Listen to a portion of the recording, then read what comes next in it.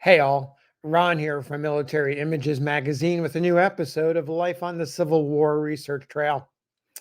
On my recent story about the iconic image of Lieutenants George Armstrong Custer, James Barrel Washington, and a black child, a subscriber left a comment wondering about the use of the term contraband by Northern military men, politicians, the press, and citizens to describe enslaved people. Well, I want to talk about that on this video. From where we sit today, Northerners using the term contraband, a word usually reserved to describe property, seems a little odd to say the very least. But here's the context. During the first weeks of the Civil War in 1861, it became clear that the status of enslaved people was a major flashpoint. The new Confederate states had enshrined them into their ordinances of secession. The U.S. Army's inroads into Southern territory resulted in men, women, and children of color crossing into Union lines for protection with little planning on the part of the federal government or the Army to take care of them in any way, shape, or form. Big questions arose. What to do with these escaped individuals? How do you even classify them in a divided country in the beginning of a civil war? Well, this is where the term contrabands of war comes into play. And it's related to the man here. Major General Benjamin Butler, he's notorious. In Louisiana, he was known as Spoons Butler. He was a politician, a political general, commander of the Army of the James, had all kinds of activities and political machinations during his time in the service. He told his story about how he applied the military reference Contraband of War to deprive the South of slaves. He told this story in his 1892 biography. In fact, he detailed part of a chapter to the subject. I want to read it to you now because it's quite interesting and it's rather twisted. And keep in mind, we're talking about May of 1861. We're just a month into the war. And so the idea of secession, the idea of war, Fort Sumter, is still very fresh in the minds of folks on both sides of the country. So here we go, Benjamin Butler from his autobiography. He says, quote, "On the day after my arrival at the fort," and I'll pause here, that's Fortress Monroe along the Virginia coast near Hampton, on May 23rd, 3 Negroes were reported coming in a boat from Sewell's Point, where the enemy was building a battery. Thinking that some information as to that work might be got from them, I had them before me.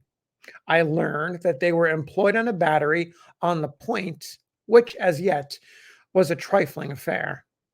There were only 2 guns there, though the work was laid out to be much larger and to be heavily mounted with guns captured from the Navy Yard. The Negroes said they belonged to a Colonel Mallory, who commanded the Virginia troops around Hampton, and that he was now making preparation to take all his Negroes to Florida soon, and that not wanting to go away from home, they, the 3 men, had escaped to the fort. Butler continues, I directed that they should be fed and set to work.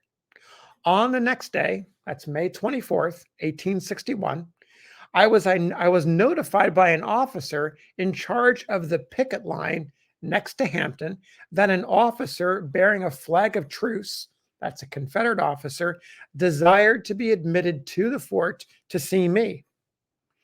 As I did not wish to allow officers of the enemy to come inside the fort just then and see us piling up sandbags to protect the weak points, I directed the bearer of the flag to be informed that I would be at the picket line in the course of an hour.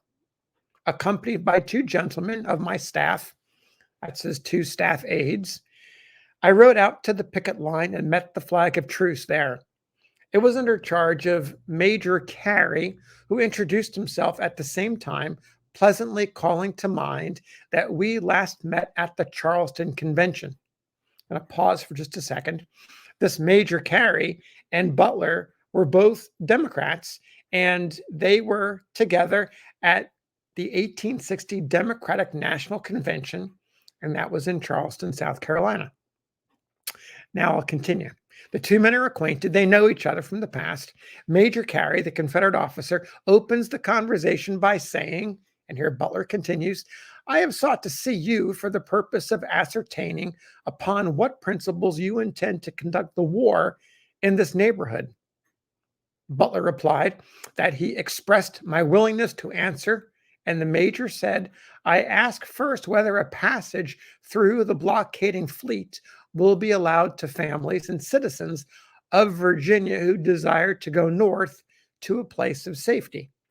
Now, Major Carey is referring to Union loyal Virginians who are seeking to get out of the state. Butler replies, the presence of the families of the belligerents is always the best hostage for their good behavior. One of the objects of the blockade is to prevent the admission of supplies and provisions into Virginia while she is hostile to the government. Carey replies, will the passage of the families desiring to go north be permitted? He's doubling down on his question. Butler now replies, with the exception of an interruption at Baltimore, this is following the very recent pro-secession riots. They had occurred about a month earlier. He continues, which has now been disposed of, travel of peaceable citizens through the north has not been hindered, and to the internal line through Virginia, your friends have the present entire control of it.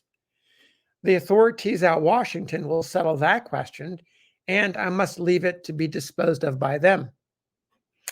I am informed, said Major Carey, that 3 Negroes belonging to Colonel Mallory have escaped within your lines. I am Colonel Mallory's agent and have charge of his property. What do you mean to do with these Negroes? Butler says, I intend to hold them.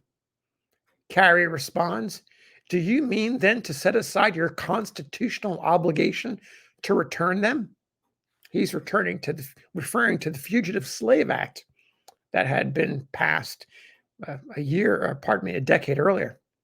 Butler now twists the story, noting that Virginians had just voted in favor of a statewide referendum confirming secession. He replies, I mean to take Virginia at her word as declared in the ordinance of secession passed yesterday.